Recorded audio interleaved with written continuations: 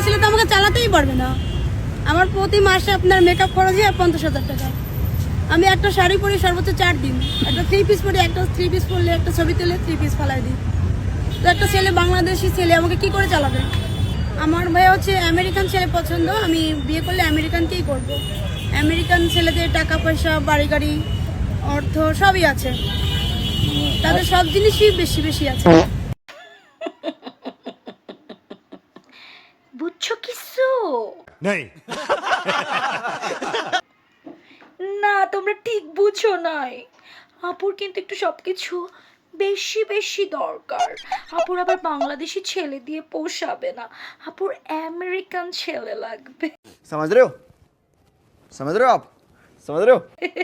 আমার মনে হয় কি, আপুর এই কথা শোনার সাথে সাথে আমেরিকা থেকে বাংলাদেশ পর্যন্ত লম্বা লাইন লেগে যাবে আপুকে কে মাথায় রানী করে রাখবে সেটা করার জন্য।